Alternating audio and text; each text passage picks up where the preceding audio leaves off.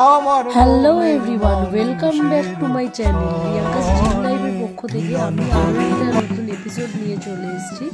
আজ চলে এসেছি শান্তিনিকেতন বোলপুর। তো পৌষ মাস মানেই মনটা শান্তিনিকেতন করে, তাই আজ চলে এসেছি আমরা কঙ্কালীতলা। তো তোমাদের প্রথমেই জানাই হ্যাপি নিউ ইয়ার। তো নিউ ইয়ারের নতুন একটা একদম ব্লগ নিয়ে আসছি, ব্লগটা পুরোটা দেখতে থাকো। আর আজ চলে এসেছি কঙ্কালীতলা। তো কঙ্কালীতলা সম্পর্কে সমস্ত ডিটেলস আমি তোমাদের এই ভিডিওতে দেব। তো বন্ধুরা, বছরের শুরুটা করলাম বোলপুর থেকে। তো আজকে আমরা গিয়েছিলাম মোট 10 জন। তো ভোরবেলা আমরা 5টার সময় করে রওনা দিলাম, মোটামুটি 8টা সাড়ে 8টা নাগাদ আমরা পৌঁছে গেছিলাম। আমরা একদম গাড়ি করেই গিয়েছিলাম। তো তোমরা যারা ট্রেনে করে যেতে চাও তারা হাওড়া থেকে যে কোনো বোলপুরের ট্রেন ধরতে পারো, কিংবা তোমরা শিয়ালদা থেকেও যে কোনো ট্রেন তোমরা ধরতে পারো। তো আমরা সবাই মিলে মোট 10 জন মিলে খুব মজা করতে করতে আমরা চলে এলাম। তো বন্ধুরা, কঙ্কালীতলা বলতেই মনের মধ্যে কেমন যেন একটা কঙ্কাল ফিলিং আসছে, তাই না? আর আসবে নাই বা কেন, নামটাই তো সেই রকম। তো বন্ধুরা, আমরা চলে এসেছি কঙ্কালীতলার সামনে। এই যে জায়গাটা দেখছো, এইখান দিয়েই হচ্ছে কঙ্কালীতলার মেন প্রবেশদ্বার। তো সামনে অনেক ফুলমালার দোকান রয়েছে, তোমরা এখান থেকে পুজো দেওয়ার জন্য ডালা সংগ্রহ করে নিতে পারো। তো এখানে ডালাতে দিয়েছিল একটা করে পেয়ারা, লেবু আর শশা, কলা আর হচ্ছে মূলো। যেহেতু পৌষ মাস, তো মূলো দিয়ে এখানে পুজো দিতেই হবে। আর ফুল বেলপাতা দিয়েই ছিল। তো আমরা পুজোর ডালা কিনে নিলাম। আমরা এই মায়ের ভুবন এই দোকানটা থেকে আমরা পুজোর ডালা কিনলাম। তো এখানেই পুজোর সমস্ত সামগ্রিক জিনিস কিনে নিয়ে আমরা চললাম পুজো দিতে। তো এইটা হচ্ছে কঙ্কালীতলার প্রবেশদ্বার, যে জায়গাটায় ওপরে লেখা ছিল জয় মা কঙ্কালী। তো এইটাই হচ্ছে প্রবেশদ্বার। তো ভেতরের অংশটা তোমাদের দেখাই, আর এই সম্পর্কে সমস্ত তথ্য আছে তোমাদের আমি দেবো। কঙ্কালীতলা হচ্ছে বীরভূম জেলায় অবস্থিত। কোপাই নদীর ধারে 51 সতীপীঠের শেষ পীঠ পড়েছিল এই কঙ্কালীতলায়। এখানে দেবীর কঙ্কাল পড়েছিল। মূর্তিহীন দেবীর আরাধনা হয় এখানে। এখানে হয় নিরাকার ব্রহ্ম সাধনা। তো মন্দিরে ঢুকতেই এখানে অনেক সাঁওতাল নাচ হচ্ছে। তো আমরাও সেখানে যোগদান করলাম সবাই মিলে। সবাই আমরা যোগদান করিনি, কিছু জন যোগদান করেছি। তো প্রথমে ঢুকতেই খুব মজা হলো। আর যেহেতু 1 জানুয়ারি, তাই প্রচুর পরিমাণে এখানে ভিড়। তো মানে পুজোর দেওয়ার যে লাইনটা, অত্যাধিক পরিমাণে লাইন পড়েছিল। তো কিছু আমার মায়ের বন্ধুরা সব লাইনে দাঁড়িয়ে ছিল, আর কিছু জন আমরা এদের সাথে নাচে অংশগ্রহণ করেছিলাম। তো খুবই মজা হলো। তো বন্ধুরা, মন্দিরটা সম্পর্কে আমি যতটা জানতে পেরেছি ততটাই আমি তোমাদের সাথে শেয়ার করছি। তো মন্দিরটা সম্পর্কে বলি, সালটা তখন 2021 বঙ্গাব্দ। এই অঞ্চলটা তখন কাঞ্চিরাজ রাজেন্দ্র চোলের অধীনে ছিল।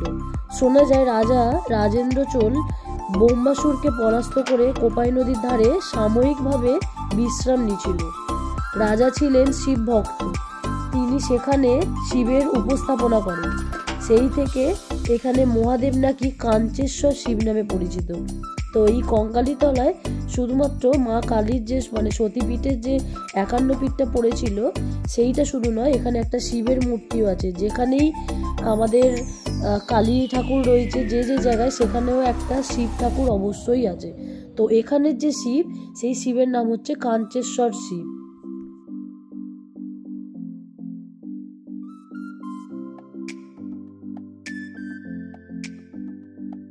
তো বন্ধুরা, লাইন দিতে দিতে মন্দিরের একদম সামনাসামনি চলে এসেছি। এই হচ্ছে মেন মন্দির। তো প্রচুর ভিড়, তোমরা সবাই দেখতেই পাচ্ছ।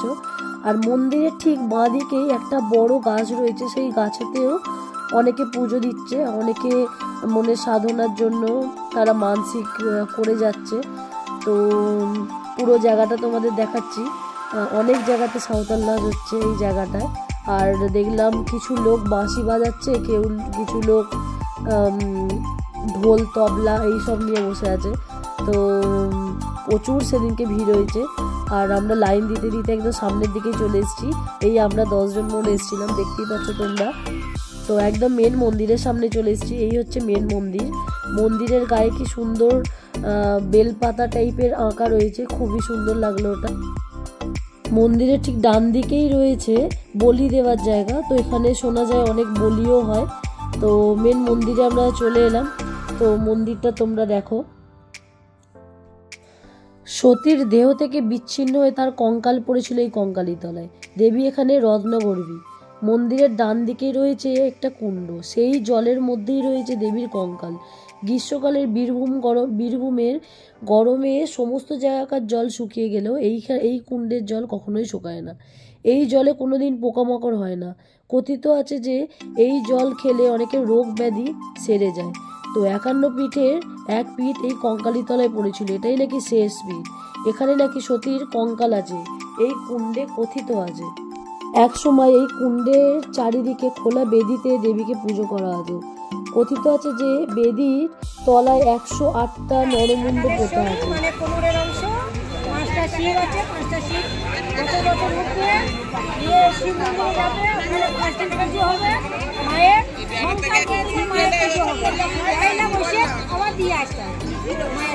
আচ্ছা,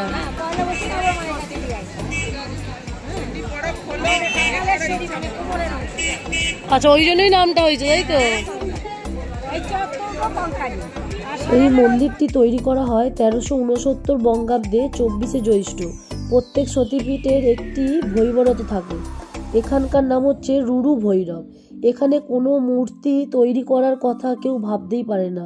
মায়ের স্বপ্নাদেশে এইরকমভাবে পটচিত্রতেই পুজো করা হয়। এটাই শেষ সতীপীঠ। মহাদেব যখন সতীর দেহ নিয়ে ঘুরছিল তখন সতীর কাঁকাল পড়ে যায় এখানে। তখন মহাদেবের চৈতন্য হয়, তখন সেই জায়গাটার নাম হয় চৈতন্যপীঠ। এই জায়গাটার দুটি নাম, একটি হচ্ছে কঙ্কালীতলা আর একটি হচ্ছে চৈতন্যপীঠ। এখানে ভক্তদের ধারণা কুণ্ডের পশ্চিম দিকে যে দুটি সুড়ঙ্গ আছে তার সরাসরি যোগাযোগ আছে কাশীর মন্দিরের সঙ্গে। তো চৈত্র সংক্রান্তির দিনে বিশেষ পুজো হয় এখানে। এই কুণ্ডের তখন পাক পরিষ্কার করা হয়। জলে থাকা নিমজ্জিত পঞ্চশিবকে তখন তোলা হয়, তখন রাখা হয় কাঞ্চেশ্বর শিবের মন্দিরে। তো আপনারা যে মন্দিরটা দেখছেন এটাই হচ্ছে কাঞ্চেশ্বর শিবের মন্দির। ভিডিওটা ভালো লাগলে লাইক, কমেন্ট, শেয়ার, সাবস্ক্রাইব অবশ্যই করবেন। থ্যাংক ইউ সো মাচ শেষ অবধি ভিডিওটা দেখার জন্য।